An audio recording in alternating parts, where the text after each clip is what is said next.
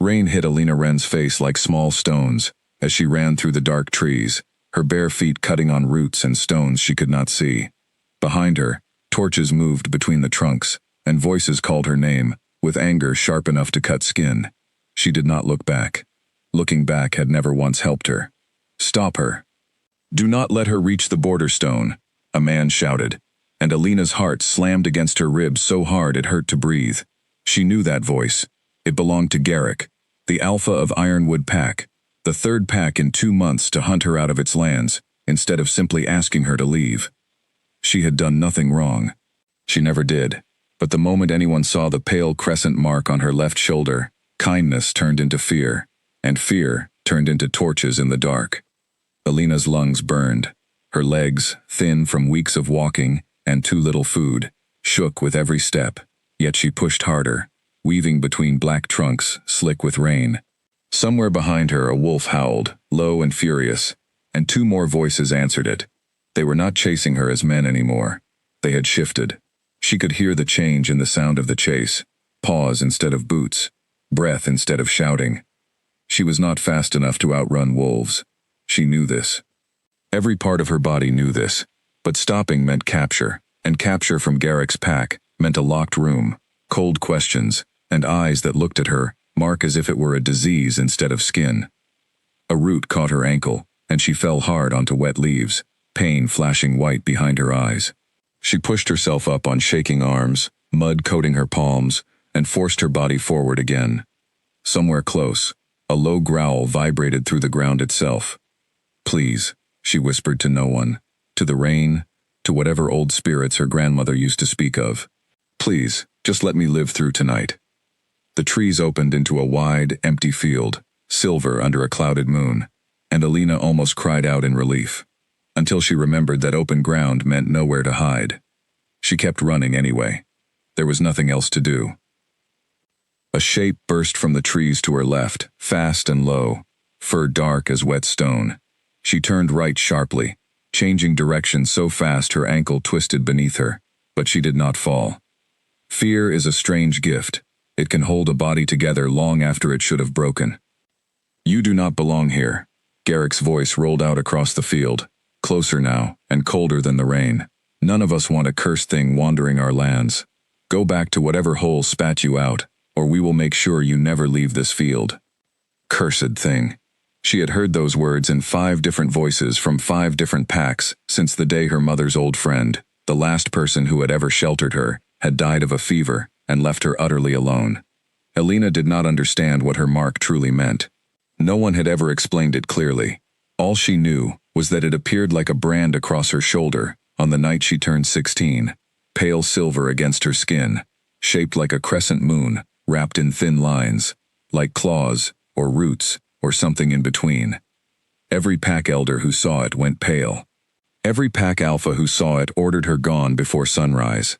She reached the far tree line just as the dark wolf closed the distance behind her, and she felt the heat of its breath at her heels before she threw herself sideways into the brush, thorns tearing at her arms and cheeks. Pain bloomed everywhere at once. She did not stop moving. A second wolf appeared ahead of her, blocking the narrow path forward, teeth bared, eyes gleaming amber in the dark. Alina skidded to a stop, chest heaving, and looked left and right for any gap, any shadow she could slip through. There was none. She was trapped between 2 wolves in a forest that did not want her, in a kingdom that had rejected her from every noble hall she had ever approached. "I am not asking for a home," she said, her voice shaking but steady enough to be heard. "I never asked for shelter forever. I only wanted a warm floor for one night, and food, and I would have left in the morning. I always leave in the morning." The wolf ahead of her did not answer, because wolves in this shape rarely spoke, but Garrick's human voice came from somewhere behind the trees, closer now. "We do not take chances with cursed marks in Ironwood territory. Whatever you are not welcome. Run east. Do not stop until you cross into King's Hollow land, and hope the Silent King finds you before we do, because he is the only fool in this kingdom who might not care what you carry on your skin." King's Hollow. Alina had heard whispers of that place from travelers on the road, always in careful, quiet voices, as though speaking too loudly might summon trouble. They said an alpha ruled there who had not spoken a full sentence in public in over 3 years. They said his lands were guarded by wolves, larger and quieter than any others in the kingdom, and that few outsiders ever crossed his border and returned to tell what they saw. Some called him cruel, others called him broken. No one seemed to agree on which was true, only that he was silent, and that silence made people afraid in its own way. She did not have another choice. East, then, toward a place that frightened even seasoned travelers, because every other direction led back into packs that had already made their judgment clear. The wolf blocking her path finally stepped aside, not out of mercy, she understood, but because driving her toward the Silent King's border was exactly what Garrick wanted. He wanted her gone from his sight, and if that meant pushing his problem onto a stranger with a fearsome reputation, so much the better for him. Alina ran east. The forest here grew thicker, older, the trees so tall their tops disappeared into the dark clouds above. The rain slowed to a drizzle, then to nothing at all, as if the sky itself grew quieter the deeper she went. She could still hear the pack behind her, but their voices faded, their pursuit growing lazy and half-hearted, exactly as she suspected it would once she was truly leaving their land behind. By the time she stopped running, stumbling to lean against a wide, moss-covered trunk, her body had nothing left to give. Her lungs scraped with every breath. Her legs trembled so badly she slid down the bark until she sat in the wet leaves, arms wrapped around her knees, shivering in the cold night air. She allowed herself, for one moment, to cry. Not loudly, not for long. She had learned early that crying too long only wasted the little strength she had left, and strength was the one thing that had kept her alive through 6 months of rejection, 6 months of doors closed in her face, and alphas who looked at her mark with disgust before their eyes even reached her own. She pressed the heels of her hands against her eyes, took 3 long breaths, and made herself stand again. The trees ahead looked different somehow, older, quieter. Even the insects that usually filled a forest at night seemed to have gone still, as though the entire wood was holding its breath along with her.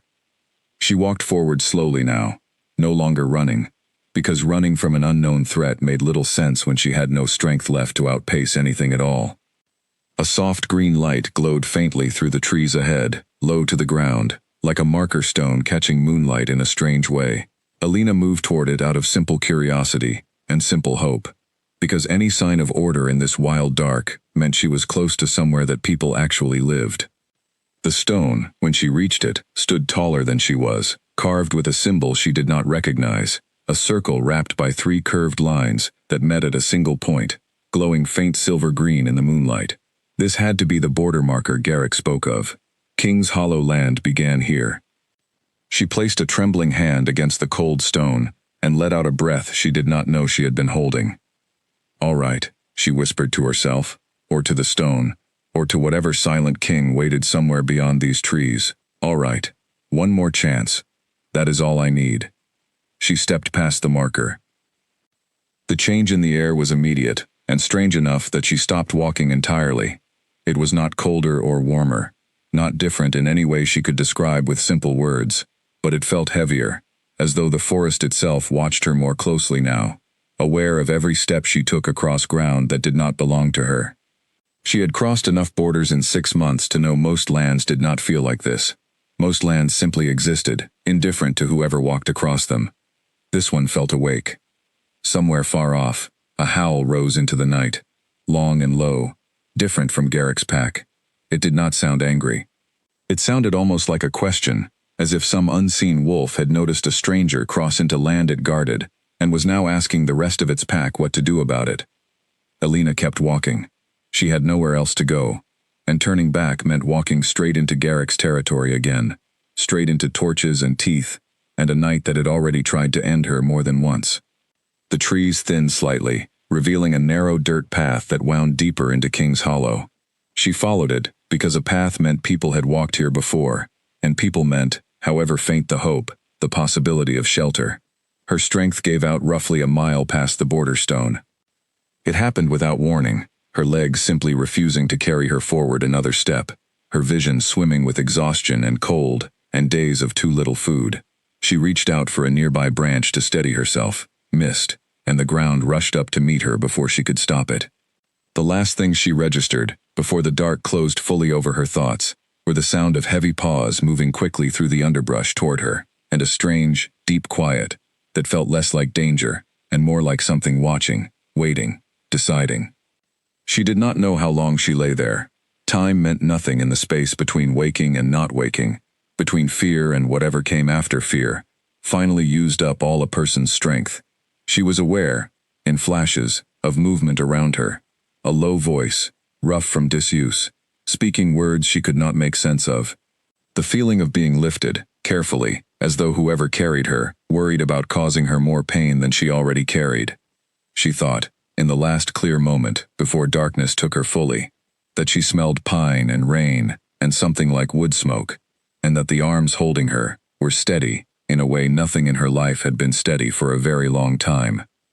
Then there was nothing at all, only black, quiet sleep, and somewhere deep inside that sleep, for the first time in 6 months, something that felt almost like safety.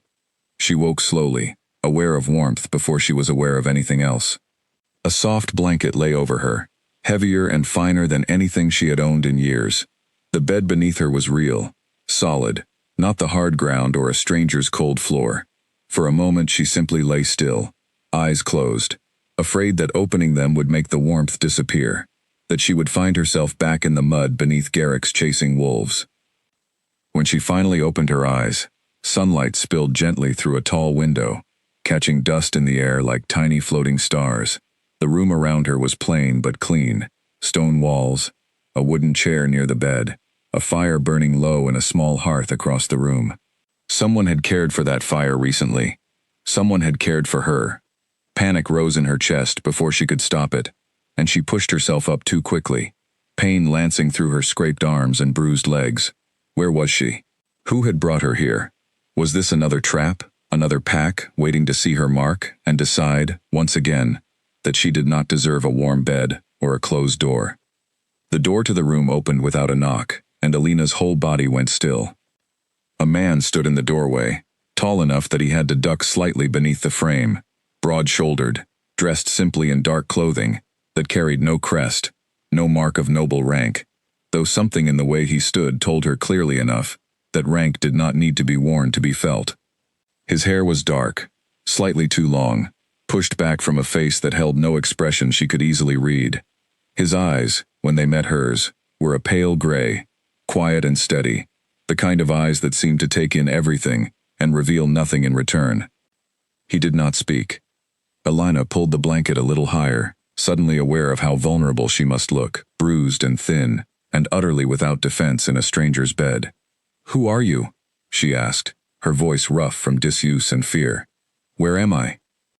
He studied her for a long moment, long enough that she almost repeated the question, before he finally answered, his voice low and quiet, as though speaking cost him something most people never had to think about. "You crossed into King's Hollow land last night. You collapsed near the Eastern Path. I brought you here." Here did not answer where, not exactly, but something in his simple, careful words told her this was not a place people wandered into by accident, and that he was not a person accustomed to lengthy explanations. "Are you?" she began, then stopped, swallowing hard, before finishing the question she already feared the answer to. "Are you the Alpha? The one they call the Silent King?" Something flickered behind his gray eyes, gone too quickly for her to name it. He gave a single, slow nod. Alina's heart pounded. She had spent 6 months being turned away by alphas who barely gave her a full minute before ordering her gone, and now she sat in the private chambers of the most feared and mysterious ruler in the kingdom, a man who had, according to every story she had ever heard, no patience for outsiders, and no interest in strangers who wandered onto his land. And yet he had carried her here himself. He had lit a fire for her. He had let her sleep in a bed, rather than leaving her to wake in some cold cell. "Why?" she asked quietly, unable to stop the question, even though some instinct told her not to push too hard against a silence this deep. "Why did you help me? You do not know me. You do not know what I am." The Alpha King's gaze moved briefly, deliberately, to her left shoulder, where the blanket had slipped just enough to reveal the edge of the pale crescent mark against her skin. Alina froze, waiting for the same flash of fear and disgust she had seen a dozen times before, waiting for the order to leave before sunset. Instead, something in his expression shifted, quiet and unreadable, closer to curiosity than fear, closer to recognition than rejection. He said nothing more. He simply turned, walked to a small table near the fire, and returned with a tray of bread, cheese, and warm broth, which he set carefully on the chair beside her bed, before stepping back toward the door. "Eat," he said simply. "Rest. No one will trouble you here."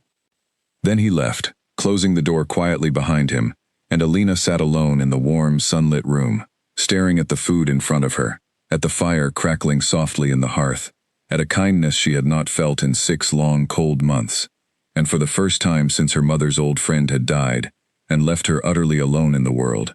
Alina Wren allowed herself to hope, just a little, that perhaps this strange, silent king might be different from every noble pack that had refused her before. She did not yet know how right and how dangerous that hope would prove to be. A sharp knock rattled the door before Alina had even finished the bread on her tray, and she nearly dropped the cup of broth in her hands.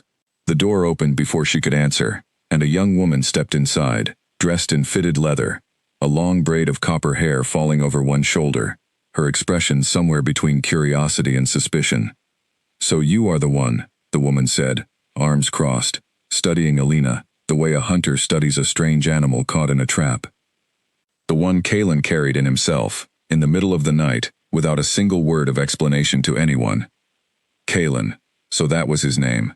Alina turned it over in her mind, before answering carefully, aware that this woman held far more power over her situation than her tone suggested. "I did not ask him to help me. I collapsed near the path. I do not even know how he found me." "He always knows," the woman said, though she did not explain what that meant. She crossed the room, and sat uninvited in the wooden chair, studying Alina's face with open interest. "I am Bryn, second to the Alpha King, which means I run half of this pack while he says almost nothing at all. And you have caused more talk in one night than this pack has managed in the last year." Alina's stomach tightened. Talk was rarely good. Talk, in every pack she had passed through, usually ended with her being escorted to the border by morning. "What are they saying?" Bryn's sharp eyes softened just slightly, enough that Alina allowed herself a small breath of relief. "Mostly that Kalen has never once brought an outsider onto our land, let alone into his own home. Not in the 3 years I have served him. People are curious, some are worried, a few are simply confused, since confusion tends to follow our Alpha wherever he goes." She paused, tilting her head. "What is your name?"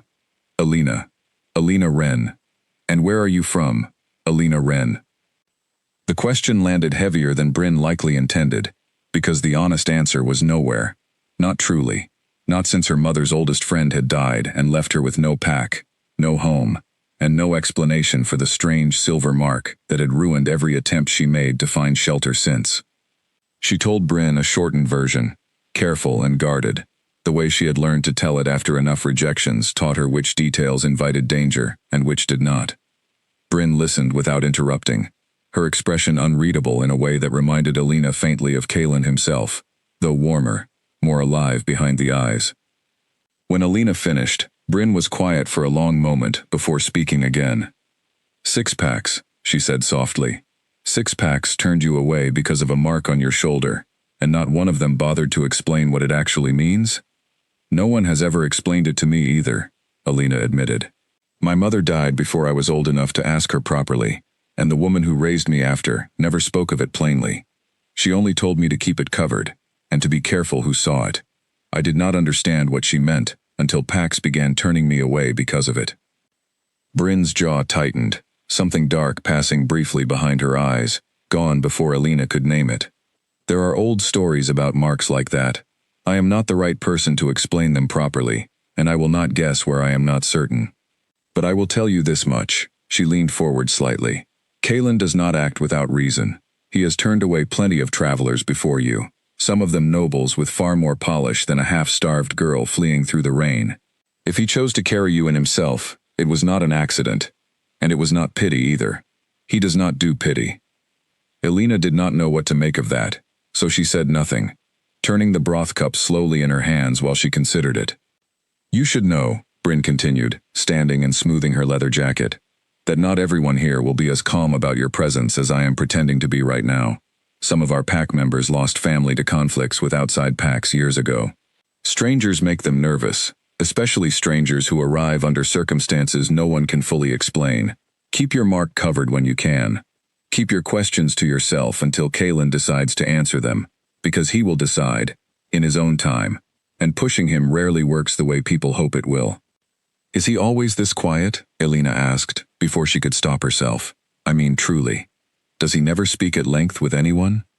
Something shifted in Bryn's expression, quick and careful, the way a person moves when stepping around old, familiar pain that still has sharp edges.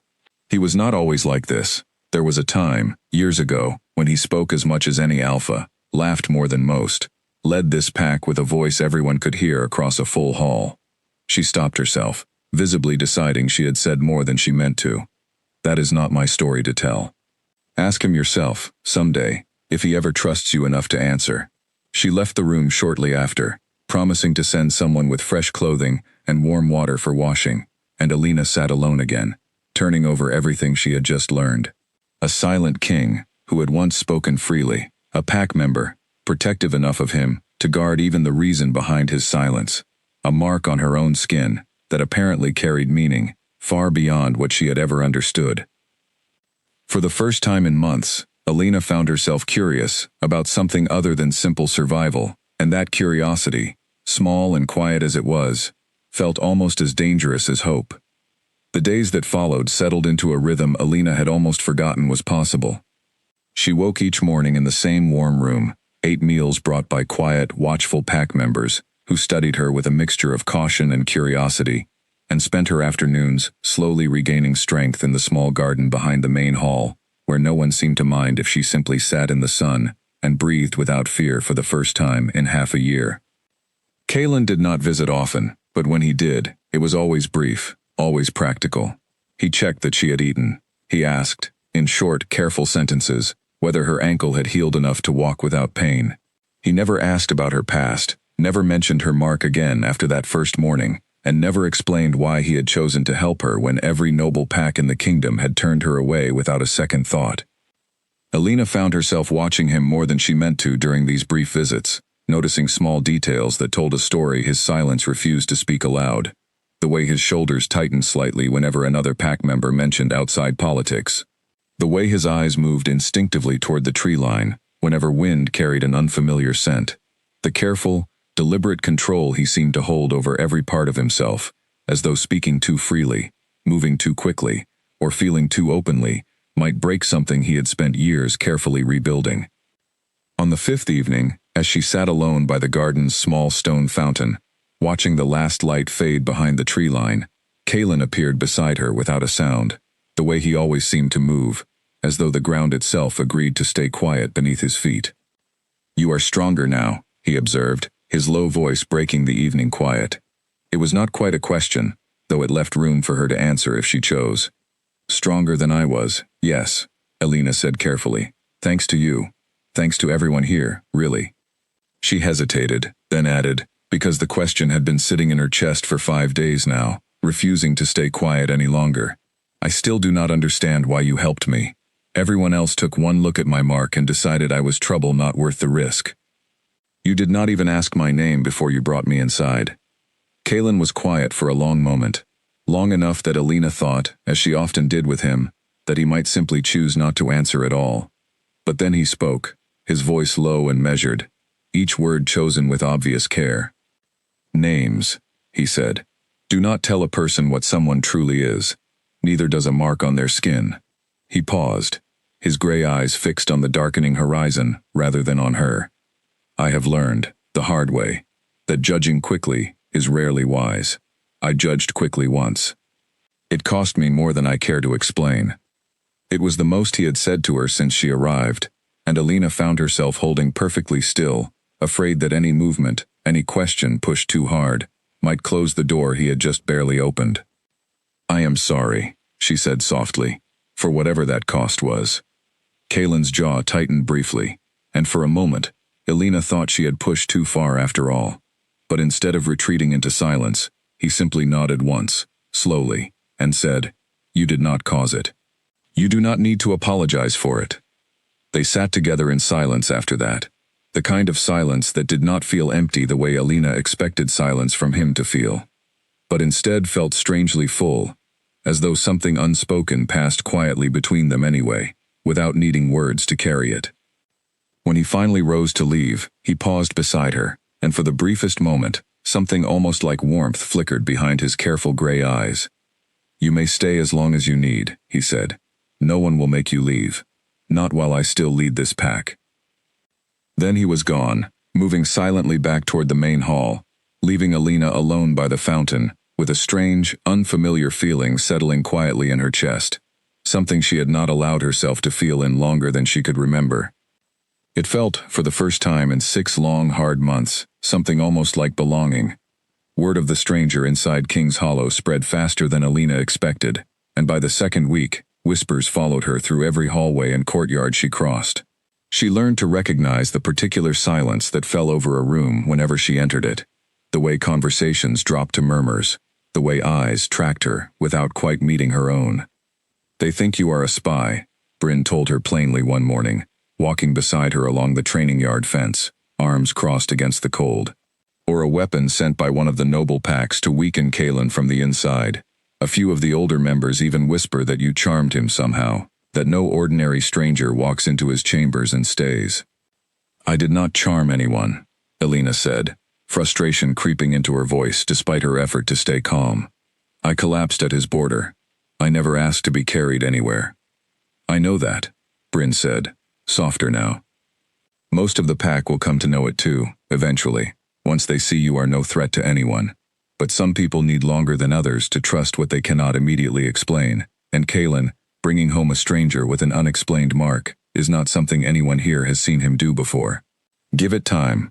Time was easier promised than granted, Alina discovered. That same afternoon, as she carried a basket of washed linens toward the drying lines behind the kitchens, a group of 3 pack members blocked her path, arms crossed, expressions carefully unfriendly. "You should not be here," the tallest of them said, a broad-shouldered man with a scar along his jaw. "Whatever you did to get the Alpha to notice you, it will not work on the rest of us. We remember what outsiders cost this pack before. We are not eager to pay that price again." Alina's grip tightened on the basket, but she kept her voice steady, refusing to let the old fear win. "I am not asking anyone to trust me blindly. I only ask for the chance to prove I mean no harm." "Chances," the man said, "are exactly what got people hurt around here before. Watch yourself, stranger. Not everyone in this pack shares the Alpha's patience." He walked away before she could answer, his companions following close behind, and Alina stood alone in the cold yard, her heart pounding harder than the exchange alone should have caused. It was not the threat itself that unsettled her most, but the fear buried beneath it, the mention of something painful this pack had clearly survived before, something that made a stranger's presence feel like an old wound reopened rather than simple curiosity. That evening, unable to settle her thoughts enough for sleep, Alina wandered the quiet halls of the main house long after most of the pack had retired, drawn by the soft, flickering light of a single lamp still burning in a room near the far end of the corridor. The door stood slightly open, and through the gap, she saw Kalen, seated at a wide wooden desk, a stack of papers before him, his expression tired, in a way she had not seen from him before. She should have turned back. Instead, some quiet instinct kept her rooted in place, watching him for a long moment, before he finally noticed her presence and looked up. "You are awake late," he said, setting down whatever he had been reading. "So are you," she answered, stepping into the doorway rather than fully into the room, unsure whether she was welcome further. "I did not mean to disturb you." "You are not disturbing me." He gestured, small and simple, toward the chair across from his desk, and Alina hesitated only a moment before crossing the room and sitting down. For a while, neither of them spoke, the quiet between them settling comfortably rather than awkwardly, the way it often did when they sat together. Finally, Alina broke the silence, the encounter from earlier still sitting heavy in her chest. "Some of your pack members do not want me here," she said carefully. "They think I might be dangerous, or that I charmed my way into your protection somehow." Something flickered across Kalen's face, quick and sharp, gone before she could name it fully. "Who said this to you?" "It does not matter who," she said quickly, not wanting to cause trouble for anyone, even those who had been unkind to her. I only want to understand. Why does my presence unsettle people so deeply? I am only one person. I have caused no harm to anyone here. Kalen was quiet for a long moment, his gray eyes distant, focused somewhere beyond the room itself, somewhere in memory rather than the present. When he finally spoke, his voice was lower than usual, careful in a way that told her this cost him something to share. This pack lost people once, he said slowly, to a conflict that began with an outsider no one fully trusted, and ended with wounds that have not fully healed, even years later. It was not your fault, and it is not fair that you carry the weight of that history simply by existing here. But fear does not always listen to fairness. What happened? Elena asked softly, then immediately regretted the question, watching Kalen's shoulders tighten in response. That is a story for another time, he said, not unkindly, but firmly enough that she understood the door had closed again, at least for tonight. What matters now is that you are safe here, regardless of what anyone else believes. I will not allow anyone to threaten you while you remain under my protection. Why? The question left her before she could stop it, the same question she had asked before and never received a full answer to. Why does my safety matter so much to you, Kalen? You still have not truly explained it. His gray eyes met hers directly then, steady and unreadable, and for a long moment, Elena thought he might finally answer honestly. Instead, he simply said, quiet and certain. Because turning you away would have been wrong. That is reason enough. It was not the full truth, she suspected, watching the careful way he held himself, the way something deeper seemed to sit just behind his words, unspoken and guarded. But it was honest, as far as it went, and for tonight, Elena decided that honesty, even incomplete, was enough to hold on to. She rose to leave shortly after, murmuring a quiet goodnight, and Kalen walked her partway back down the corridor in comfortable silence, before pausing at the junction where their paths split toward separate wings of the house. Elena, he said, using her name directly for the first time since she had woken in his home nearly 2 weeks earlier. She turned, surprised by how much weight the simple word seemed to carry in his low, careful voice. Whatever the others believe, you are not a burden here. Remember that. He left before she could respond, disappearing quietly down the darkened hallway, and Elena stood alone for a long moment afterward, turning his words over carefully in her mind, feeling something warm and cautious settle deeper into her chest, something that felt dangerously close to trust. Spring crept slowly into King's Hollow over the following weeks, softening the frost along the training yard fences, and coaxing small green shoots from beds that had lain dormant through winter. Elena found herself drawn outside more often now, no longer content to sit quietly in the garden, while the rest of the pack moved busily around her. It was Bryn who first suggested she learn to defend herself properly, watching Elena flinch one afternoon when a training match grew loud nearby. You cannot spend your whole life running, Bryn said, tossing her a wooden practice blade without warning. Better to learn how to stand your ground, even a little. The first lesson left Elena bruised and frustrated, her wrist aching from a dozen failed blocks, her pride stinging worse than her body. But she returned the next day anyway, and the day after that, slowly building a rhythm that felt, for the first time in her life, like something she was building for herself, rather than something forced upon her by circumstance. Kalen watched these sessions sometimes, standing at the edge of the yard with his arms crossed, saying little, though Elena noticed he never quite managed to look away for long. One afternoon, when Bryn was called elsewhere, and Elena stood alone practicing the same block over and over, frustration mounting with each failed attempt, Kalen finally stepped forward and took the second practice blade from the rack. Your stance is wrong, he said simply, positioning himself across from her. You are bracing for a blow instead of preparing to move. Watch. He demonstrated slowly, deliberately, and Elena found herself studying not just the movement, but him, the quiet focus in his gray eyes, the careful patience he showed, even when she failed to copy his stance correctly, 3 times in a row. Again, he said, not unkindly, and she tried again, and again, until finally her body found the balance he had been guiding her toward. There, he said, something close to approval warming his low voice. That is right. They continued like this for nearly an hour, and Elena realized, somewhere in the middle of it, that she had not thought once about torches, or chasing wolves, or slammed doors the entire time. She had simply existed, present and unafraid, in a way she had almost forgotten was possible. Afterward, as they walked back toward the main hall together, they passed a small wounded hawk struggling weakly in the grass near the tree line, one wing bent awkwardly beneath its body. Elena knelt immediately, ignoring Kaelin's low warning about wild birds and their sharp talons, and gently gathered the frightened creature into her cupped hands. "It will not survive the night out here alone," she said softly, cradling the trembling bird carefully against her chest. Kaelin studied her for a long moment, something unreadable passing behind his gray eyes, before he simply nodded and led her toward a small shed near the stables where injured animals were sometimes kept and tended. Together, in careful, quiet silence, they splinted the hawk's wing with thin strips of wood and soft cloth, Elena holding the bird steady, while Kaelin worked with hands far gentler than she expected, from someone so often described as cold and distant. "You are good at this," she said quietly, watching him secure the final wrap.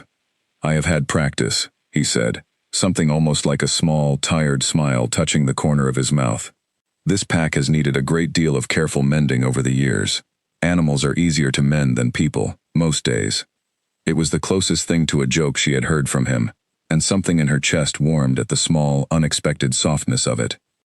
They sat together afterward in comfortable quiet, the hawk resting calmly between them in a nest of soft cloth, and Elena found herself studying Kaelin's profile in the fading afternoon light, noticing the way tension seemed to ease slightly from his shoulders whenever they sat like this, simply existing together, without the weight of politics or suspicion pressing in from every side. "Thank you," she said eventually, "for everything, not just tonight, for all of it. I know this could not have been easy. Taking in someone the rest of the kingdom refused." Kaelin's gray eyes met hers then, steady and quiet, something warm and careful moving behind them, that she had not seen from him before. "It was easier than you might think," he said softly. "Easier, in fact, than almost anything else I have done in a very long time." Neither of them spoke further, but something had shifted quietly between them in that small, dim shed, something neither one was ready yet to name aloud, though both, in their own careful way, had begun to feel it settling steadily into place. The old woman arrived on a gray morning, nearly 3 weeks after Elena's arrival, escorted through the main gates by 2 of Kaelin's most trusted guards, her presence enough to draw nearly the entire pack from their duties, to watch her slow, deliberate walk across the yard. Elena, standing near the kitchen doorway with a basket of herbs in her arms, felt an odd tightening in her chest the moment the woman's sharp, pale eyes found her across the crowded courtyard. "Elder Selwyn," Bryn murmured beside her, voice hushed with obvious respect. "She keeps the old records for 3 kingdoms worth of packs. If anyone alive still remembers the true meaning behind old bloodline marks, it would be her." Elena's basket nearly slipped from her arms. "Kaelin called her here? About me?" "He has been asking careful questions since the night he found you," Bryn admitted. "Quietly, patiently. That is simply how he does things." The meeting took place in Kaelin's private study that afternoon, Elena seated stiffly across from Elder Selwyn, while Kaelin stood near the window, arms crossed, watching the exchange with careful, guarded attention. The elder studied Elena's exposed shoulder for a long moment, her weathered fingers hovering just above the pale crescent mark, without quite touching it, murmuring words under her breath that Elena could not fully make out. "Remarkable," Selwyn finally said, straightening slowly. "I had begun to believe this bloodline had truly ended. Your mother's line, child, descends from the old Moon Guardians, a bloodline nearly wiped out 3 generations ago, during the Great Pack Wars, when fear of their gifts turned neighbor against neighbor." "Gifts?" Elena repeated, her voice barely above a whisper. "I do not understand. Every pack that ever saw this mark called it a curse. They said it meant danger, that I would bring misfortune wherever I went." Selwyn's expression softened, though something sharp and sad remained behind her pale eyes. "Fear rewrites truth easily enough, when the truth itself feels inconvenient to those in power. The Moon Guardians were never cursed. They were protectors, capable of sensing danger before it arrived, of calming conflict between packs that otherwise tore each other apart. Powerful gifts, child, and powerful gifts have always frightened those who fear losing control over others. Kalen's jaw tightened almost imperceptibly from his place near the window, though he said nothing, letting the elder continue. The noble Pax who turned you away, Selwyn continued, did not fear a curse. They feared exactly what you are capable of becoming, once your gifts fully awaken. A true moon guardian, fully grown into her power, holds influence few alphas could easily control. Better, in their eyes, to drive such a bloodline into hiding, or into nothing at all, than to risk one day answering to it. Alina sat in stunned silence, the weight of 6 months of rejection settling into painful new shape around this single revelation. She had spent so long believing herself dangerous in the way others claimed, a burden wherever she wandered, when the truth was almost entirely the opposite. Why did no one ever tell me this before? She asked quietly, her voice unsteady. Why did my own guardian never explain what this mark truly meant? Perhaps she feared exactly what has already happened, Selwyn said gently. Word travels quickly, once a guardian's mark is known. Perhaps she hoped to protect you by keeping you ignorant of your own strength, at least until you were old enough, and safe enough, to bear the knowledge without immediate danger following close behind. Alina looked up then, meeting Kalen's steady gray eyes across the room, and something passed silently between them, understanding deepening on both sides. You knew, she said softly, or suspected at least, that first morning, when you saw my mark. That is why you helped me. Kalen was quiet for a long moment before answering, his voice low and careful. I suspected. My own mother spoke of the old bloodlines when I was young, before the pack wars nearly erased them entirely from memory. I did not know for certain until Elder Selwyn confirmed it today, but something told me, that first night, that you were not what the other packs claimed you to be. Elder Selwyn rose slowly, gathering her worn traveling cloak around her thin shoulders. There is more you will need to learn, child, about your gifts, and about the responsibility that comes attached to them. Your power is not yet fully awake, but it will not remain dormant forever. When it does awaken fully, you will need guidance and protection, more than ever before. Will you help me? Alina asked, rising quickly to follow the elder toward the door. Teach me what I need to know. I will send what records remain, Selwyn said, pausing at the threshold. But the deeper teaching, child, must come from within yourself, and from those willing to stand beside you while you learn it. Her sharp eyes flicked briefly toward Kalen, before returning to Alina. It seems, fortunately for you, that you have already found at least one such ally.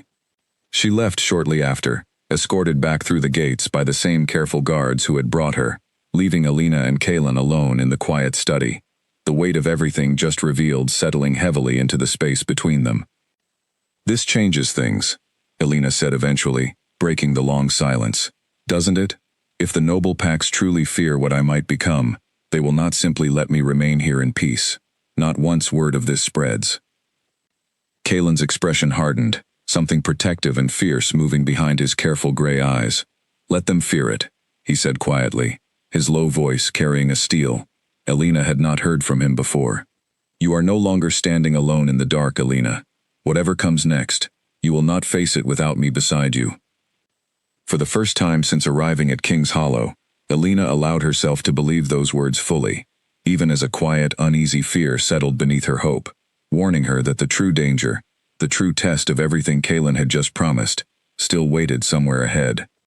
Word of Elder Selwyn's visit did not stay contained within the walls of Kalen's private study for long, and by the following week, the mood throughout King's Hollow had shifted noticeably.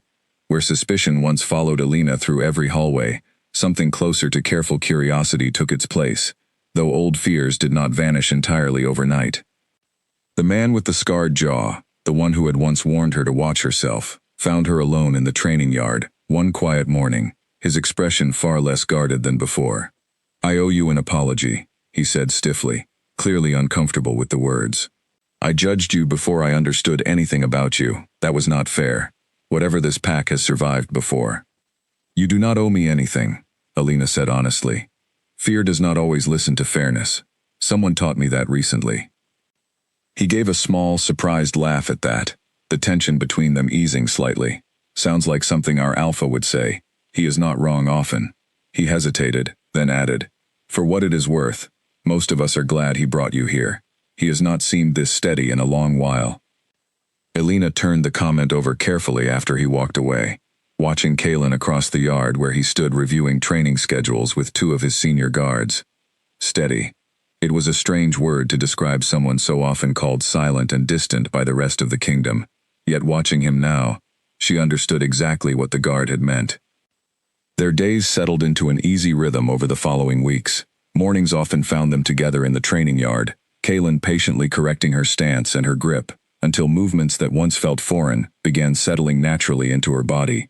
Afternoons sometimes carried them into the surrounding forest, checking on the healing hawk's progress in its slow return to flight, or simply walking quiet paths together, while Kalen pointed out small details of his land she would have otherwise missed entirely.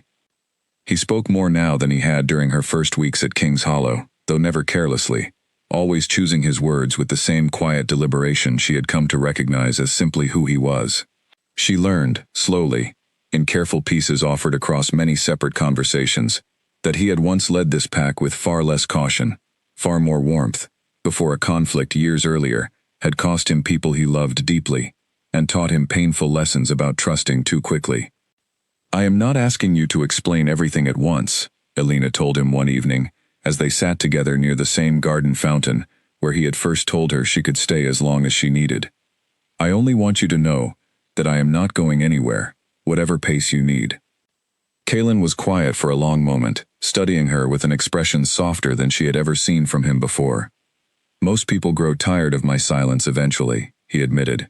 "It has cost me more than one friendship over the years." "I am not most people," Elena said simply, "and your silence has never once felt empty to me.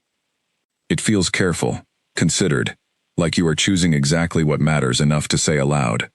Something shifted behind his gray eyes then, warm and unguarded in a way that made Elena's heart beat a little faster. "You understand me better after a few short weeks," he said quietly, "than most who have known me for years." "Maybe they were not truly looking," she said softly. He reached out then, slowly, giving her every chance to pull away if she wished, and gently brushed a loose strand of hair back from her face, his fingers lingering a moment longer than necessary before he withdrew them. "Maybe they were not," he agreed, his low voice carrying something new and fragile between them. Neither of them spoke further that evening, but the quiet between them had changed, deepened into something neither one needed words to fully understand. Elena found herself smiling, long after she returned to her room that night, a warmth settling steadily in her chest that had nothing to do with fires or blankets, and everything to do with the careful, steady man who had chosen, against every expectation the kingdom held of him, to take in the girl every noble pack had refused. She did not yet know that this same growing warmth, this same quiet, hopeful peace, was about to draw exactly the kind of dangerous attention Elder Selwyn had warned her to prepare for.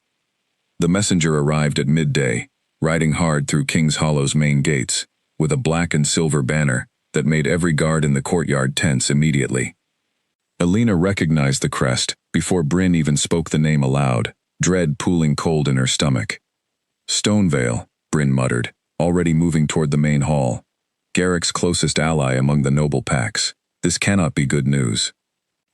The messenger, a thin, sharp-faced woman named Vesper, dismounted with practiced ease, and demanded an immediate audience with the Alpha King, her tone carrying an authority that suggested she was well used to being obeyed without question.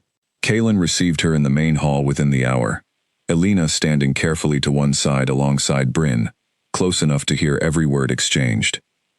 "The Noble Council has heard troubling reports," Vesper announced without preamble, unrolling a formal scroll bearing multiple pack seals. "Reports that you harbor a Moon Guardian bloodline within your territory, unregistered and unclaimed by any recognized authority. The Council demands she be surrendered immediately for proper evaluation and containment, in accordance with the old treaties governing dangerous bloodlines." A murmur rippled through the assembled pack members, and Elena felt every eye in the room shift toward her, though she forced herself to remain still, refusing to give the messenger the satisfaction of visible fear. "There is no treaty granting the Noble Council authority over anyone residing within King's Hollow's borders," Kalen said, his low voice carrying a hard edge Elena had never heard from him before. "Elena Wren is a guest under my protection. She will not be surrendered to anyone." Vesper's expression hardened. The council anticipated this response, They have authorized me to deliver a formal warning.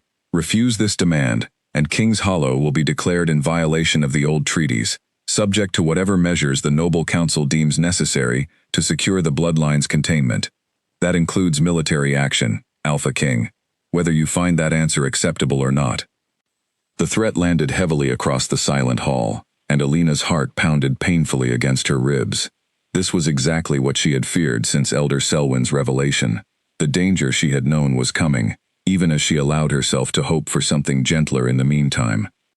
"I will not surrender an innocent woman to a council that has already proven, through 6 separate rejections before she ever reached my border, that they view her as nothing more than a threat to be contained, rather than a person deserving basic protection," Kalen said, his voice steady, despite the obvious weight of the threat just delivered. "Return to your council. Tell them King's Hollow does not answer to demands built on fear rather than justice." Vesper's jaw tightened, though something almost like respect flickered briefly behind her sharp eyes. "You understand what this means, Alpha King. The council will not accept refusal quietly." "I understand exactly what it means," Kalen said calmly. "I have made my decision regardless." Vesper left within the hour, her horse thundering back through the main gates, exactly as fast as she had arrived, and the hall dissolved into anxious, urgent conversation the moment she disappeared beyond the tree line. Alina found herself pulled quickly into a private side room by Bryn, Kalen following close behind, his expression tight with barely controlled tension. "They will not simply accept your refusal," Alina said, the moment the door closed behind them, panic rising fast in her chest. "You heard her. They are prepared to attack your entire pack because of me. I cannot let that happen, Kalen. I never wanted to bring this kind of danger to people who showed me nothing but kindness." "You did not bring this danger," Kalen said firmly, closing the distance between them and gripping her shoulders gently but steadily. "Fear brought this danger, the same fear that drove six-packs to turn you away before you ever reached my border. That fear is not your burden to carry alone. But your pack chose me as their alpha because they trust my judgment," he interrupted, his gray eyes fierce and unwavering. "I will not betray that trust by handing over an innocent woman simply because frightened old men in a distant council chamber demand it. We will prepare. We will stand ready. And if the noble council truly chooses violence over reason, they will learn exactly why King's Hollow's border has remained unbroken for generations." Bryn nodded firmly beside him, already moving toward the door to begin organizing the pack's defenses. "I will gather the senior guards. We have faced threats before, Alpha King. We will face this one too." Alina watched them both move quickly into action, a strange mixture of terror and gratitude tightening painfully in her chest. She had spent 6 months believing herself a burden wherever she wandered, and now, faced with the very real possibility of war breaking out because of her presence, that old fear threatened to overwhelm everything else she had begun to feel here. Kalen paused at the doorway, turning back to find her still standing, frozen in the center of the room, and crossed back to her side without hesitation. "Whatever happens next," he said quietly, cupping her face gently between his hands, "you are not facing it alone. Not now, not ever again, if I have any say in the matter." Alina nodded, though fear still gripped her chest tightly, and allowed herself, for just a moment, to lean into the steady warmth of his hands, drawing what strength she could from his unwavering certainty, before the storm that was surely coming finally arrived at King's Hollow's gates. 3 days passed in tense, careful preparation, King's Hollow transforming steadily from a quiet, guarded territory into something closer to a fortress, bracing for conflict. Guards doubled their patrols along every border path. Weapons were sharpened and distributed. Elder pack members who remembered past conflicts moved through the halls with grim, familiar purpose, teaching younger members skills many had hoped never to need again. Alina spent these days training harder than ever before, pushing herself through drills with Bryn and Kalen both, until her muscles ached and her hands blistered, driven by a fierce determination that she would not stand helplessly by while others risked everything to protect her. In quiet moments between training sessions, she pored over the records Elder Selwyn had promised, ancient pages describing the old Moon Guardian bloodline in careful, faded script, searching desperately for any hint of the power supposedly sleeping within her. "It says here that Guardians could sense danger before it arrived," she told Kaylin one evening, frustration creeping into her voice, as she set aside yet another page that offered little practical guidance. It says they could calm conflict, protect those around them, but I feel none of that. I feel like an ordinary woman preparing for a fight I do not know how to survive. Kaylin set down the blade he had been sharpening and studied her carefully. Power like that does not always announce itself clearly, he said. Perhaps it has been protecting you all along, in smaller ways you never noticed. The instinct that led you east, toward my border, rather than any other direction. The strength that carried you those final miles when your body had nothing left to give. Alina considered this, uncertain whether it offered comfort or simply another layer of mystery she did not yet understand. I hope you are right, she said quietly. Because if the Council truly attacks, I do not want to be the reason your people suffer for a power I cannot even properly access. You will not be, Kaylin said firmly, reaching across to take her hand in his. Whatever happens, we face it together. That has not changed, and it will not change now. The attack, when it finally came, arrived not with the thunder of an approaching army, but with something far more unsettling. A formal declaration, delivered at dawn by 3 separate Noble Pack Alphas, standing together at King's Hollow's main gate, their combined forces visible in the tree line beyond, far larger than King's Hollow's own guard could hope to match in open conflict. Garrick stood among them, his expression carrying grim satisfaction, as Kaylin strode forward to meet the assembled Alphas, Alina and Bryn close behind him despite his earlier insistence that she remain safely inside. Alpha King, Garrick called out, his voice carrying easily across the tense open ground between them. The Council has authorized this action with full support from 3 noble packs. Surrender the Guardian, and we will withdraw without further conflict. Refuse, and you condemn your entire pack to a battle you cannot possibly win. Kaylin stopped several paces before the assembled Alphas, his expression carved from calm, unshakable stone. You mistake resolve for foolishness, he said, his low voice somehow carrying weight enough to silence the murmuring crowd behind him. I have made my position clear already. I will not surrender an innocent woman to men who fear power they do not understand. Then you leave us no choice, Garrick said, though something in his expression suggested he took little genuine satisfaction in the words. It was in this moment, as tension stretched, taut enough to shatter, that Alina felt something shift deep within her chest, a warmth spreading outward from the mark on her shoulder, unlike anything she had experienced before. Without fully understanding what compelled her, she stepped forward past Kaylin, past Bryn's startled protest, until she stood alone at the very front of King's Hollow's assembled defenders. Wait, she called out, her voice carrying farther and steadier than she expected. Before anyone chooses violence today, let me speak. I have been silent through 6 rejections already.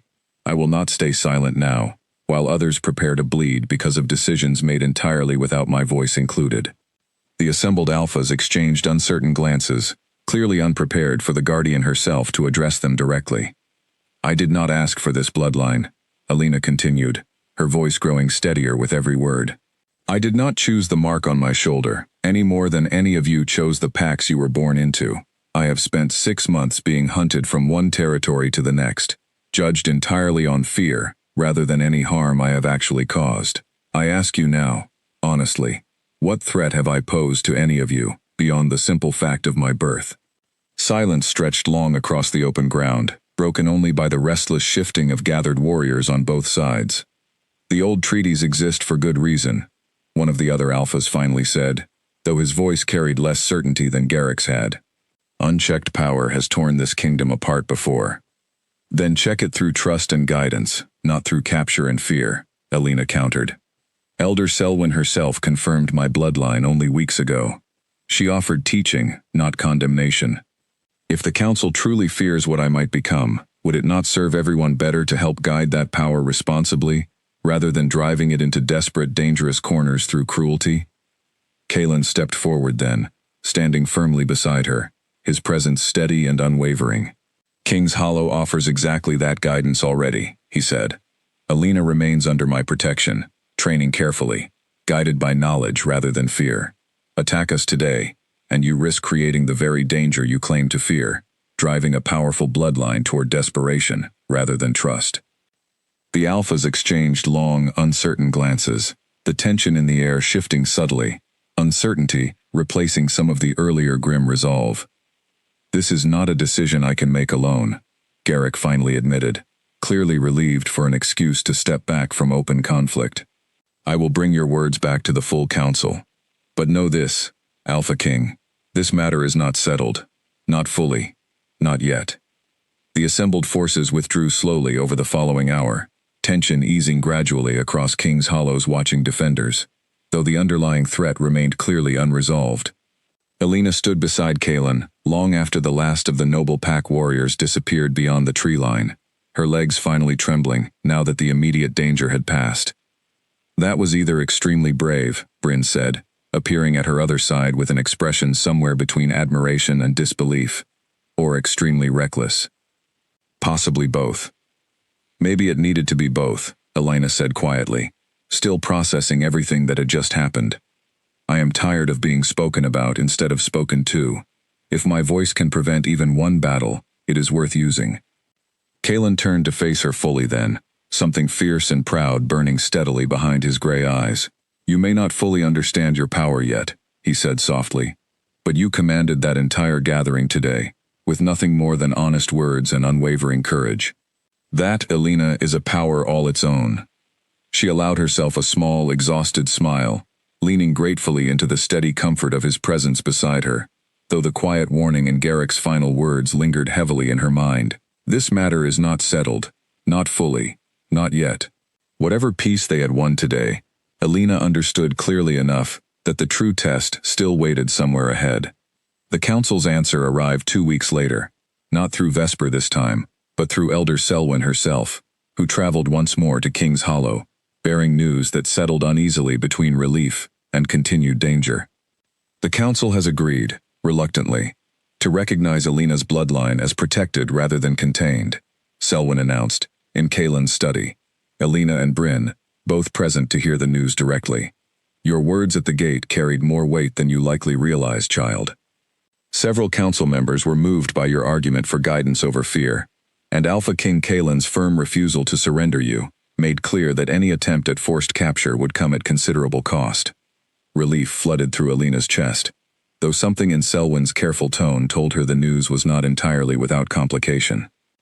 "However," the elder continued, confirming Alina's instinct, "the council has placed one condition upon this recognition. They demand a formal demonstration, before representatives from all noble packs, proving your bloodline poses no uncontrolled danger to the kingdom.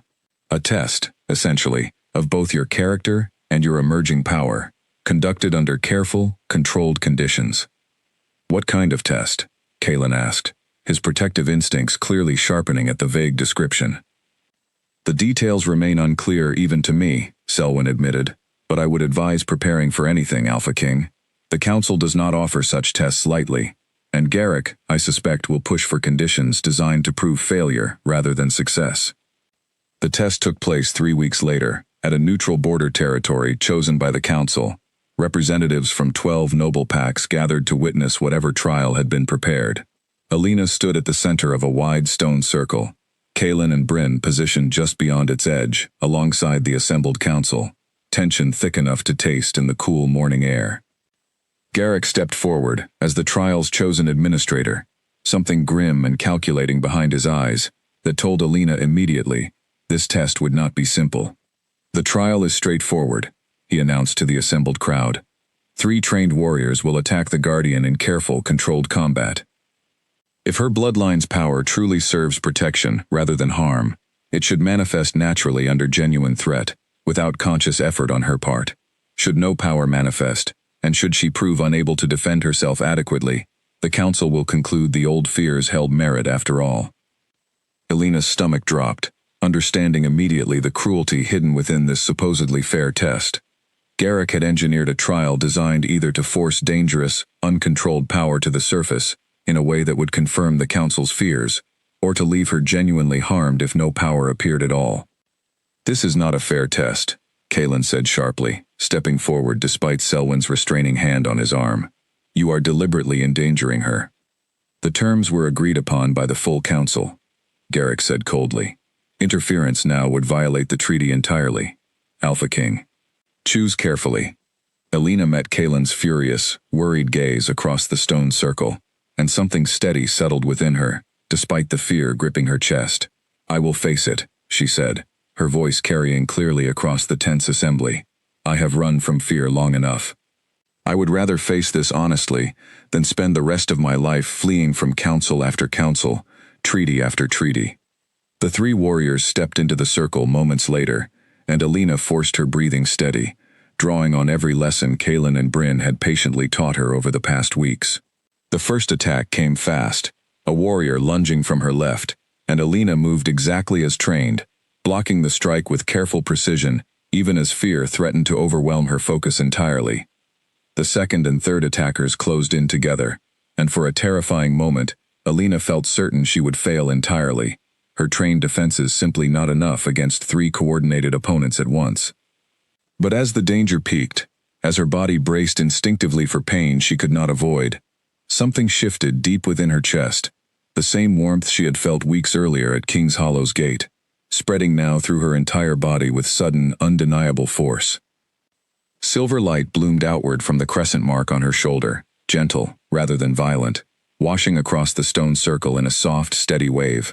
The three attacking warriors staggered, their aggressive momentum faltering, as something in the light itself seemed to calm the fury driving their strikes, confusion replacing combat readiness in their widened eyes.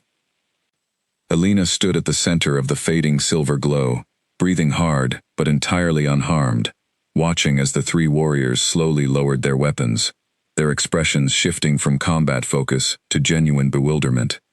"I do not understand," one of them murmured, staring at his own hands, as though uncertain why his anger had simply dissolved.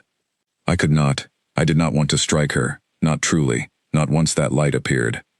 Silence spread across the assembled council, broken only by Garrick's stunned, frustrated expression, as he watched his carefully engineered trap collapse entirely under evidence he could not easily dismiss. Elder Selwyn stepped forward into the circle, her weathered face carrying something close to wonder, as she studied the fading traces of silver light still lingering faintly around Alina's shoulder. "There," she said, her voice carrying clearly to every corner of the assembly. "There is your answer, Council. Not violence born from fear, but calm, born from genuine protection. Exactly as the old records described the Moon Guardian's true gift." The council members exchanged long, uncertain glances, and even Garrick, clearly unable to argue against evidence witnessed so plainly by every representative present, remained silent, his earlier certainty visibly shaken. Kalen crossed the stone circle in quick, urgent strides, reaching Alina's side and gripping her shoulders gently, checking for any sign of harm despite her clear victory.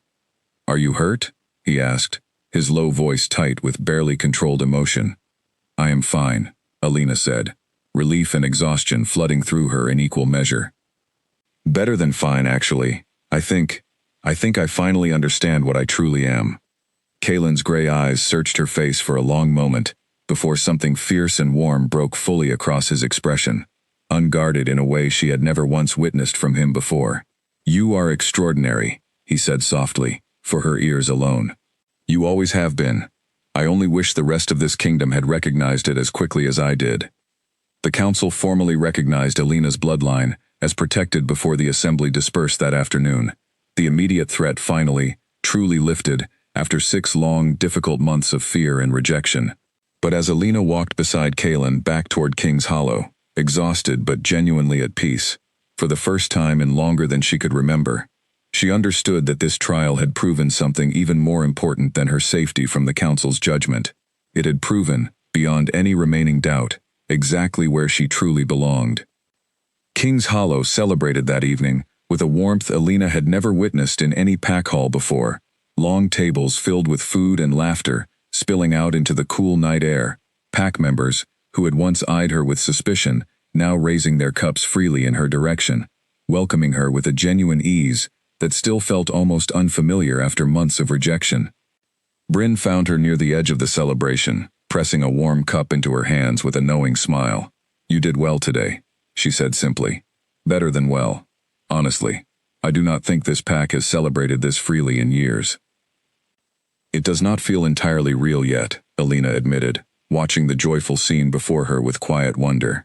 6 months ago, I was running through the rain, certain no one anywhere would ever want me. Now I am standing here, and everyone seems genuinely glad I stayed. Because you are worth being glad about, Bryn said firmly, squeezing her shoulder before slipping back into the crowd, leaving Alina alone with her thoughts for a quiet moment. Kaelin found her shortly after, drawing her gently away from the noisy celebration toward the same quiet garden fountain, where so much between them had first begun to shift. The night sky stretched clear and bright above them, stars scattered generously across the darkness, and for a long moment neither of them spoke, simply standing together in comfortable, grateful silence. "I have been thinking," Kaelin finally said, breaking the quiet with careful deliberation, "about everything that brought you here. The rejection, the fear, the long road that led you, eventually, to my border. I have thought about it often too," Alina admitted. "I used to believe it was simply bad fortune, one rejection after another, until I finally landed somewhere by accident." "I do not believe it was accident," Kaelin said quietly, turning to face her fully, his gray eyes steady and warm in the soft starlight. "I believe you were always meant to find your way here, eventually, however difficult and painful the path proved to be." Alina's heart quickened at the careful weight behind his words. "Kaelin, let me finish," he said gently, though something almost nervous flickered behind his usually steady composure. "I told you once that judging quickly had cost me more than I cared to explain. That is true. Years ago, before you arrived, I closed myself off entirely, certain that opening my heart to anyone again would only invite more pain. I led this pack through silence and careful distance, believing it was safer that way, for everyone involved. And now?" Alina asked softly, hardly daring to breathe. "Now," Kaelin said, reaching out to gently take her hands in his, "I find myself grateful, every single day, that a storm drove you toward my border, rather than anywhere else. You did not just find shelter here, Alina. You reminded me what it means to truly live again, rather than simply survive within careful, guarded silence." Alina felt tears gathering, warm and unexpected, though nothing about this moment carried the pain her tears had once accompanied so often. "I was so afraid, that first night," she admitted. "Afraid you would turn me away exactly like everyone else had. Instead, you gave me everything: shelter, safety, purpose. I do not know how to properly thank you for any of it." "You do not need to thank me," Kaelin said, his voice rough with quiet emotion. "You simply need to stay. Not as a guest anymore, Alina, and not merely as someone I chose to protect out of simple duty. I am asking you to stay as something far more permanent, if you are willing." He drew a small, careful breath before continuing, his gray eyes never once leaving hers. "I am asking you to remain here as my equal, my partner, and my mate, should you choose to accept that path alongside me. I know this is not a simple decision, and I will understand fully if you need time before answering." Alina did not need time. Every moment since that first terrifying night, every quiet conversation, every patient lesson in the training yard, every gentle kindness, offered without expectation of anything in return, had already answered this question long before Kaelin ever spoke it aloud. "Yes," she said, her voice steady despite the tears now falling freely down her cheeks. "Yes, Kaelin, I choose you. I choose this pack, this home, everything you are offering me. I have never wanted anything more clearly in my entire life." Kaelin's careful composure broke fully then, warmth and joy spreading openly across features that had spent so many years guarded and distant, and he drew her gently into his arms, holding her close beneath the bright scattered stars, while the sounds of celebration continued warmly in the distance behind them. "Every noble pack in this kingdom once refused you," he murmured softly against her hair, "blind to exactly what you truly were. Their loss, Alina, has become my greatest fortune." She smiled against his chest, listening to the steady, comforting rhythm of his heartbeat, finally, fully at peace, after 6 long months of fear and rejection. The following morning, as golden sunlight spilled warmly across King's Hollow's courtyard, Kaelin gathered his entire pack together, Alina standing proudly at his side, no longer merely tolerated or cautiously accepted, but formally and openly claimed, before every member of the community, that had slowly become her true home. 6 months ago, Kaelin announced, his voice carrying clearly and steadily across the gathered crowd, stronger and more open than anyone present had heard from him in years. Every noble pack in this kingdom turned away an innocent woman, judging her unfairly, before ever truly knowing her. I chose differently. Today, I am proud to formally welcome Alina Wren, not simply as a guest of King's Hollow, but as my chosen mate, and as a permanent, valued member of this pack she has already given so much to. Cheers erupted warmly across the courtyard, pack members who had once eyed her with suspicion, now embracing her with genuine, open affection, welcoming her fully into the community she had once feared she would never find anywhere in the kingdom. Alina stood beside Kaelin, surrounded by warmth and belonging she had spent 6 desperate months believing she would never find, and understood, with quiet, grateful certainty, that every painful rejection, every cold night spent running through unfamiliar forests, every door closed firmly in her face, had simply been leading her, one difficult step at a time, toward exactly where she was always meant to be. Home, at last, beside the silent king, who had seen her worth when no one else would, in a place that had finally, fully, become entirely her own.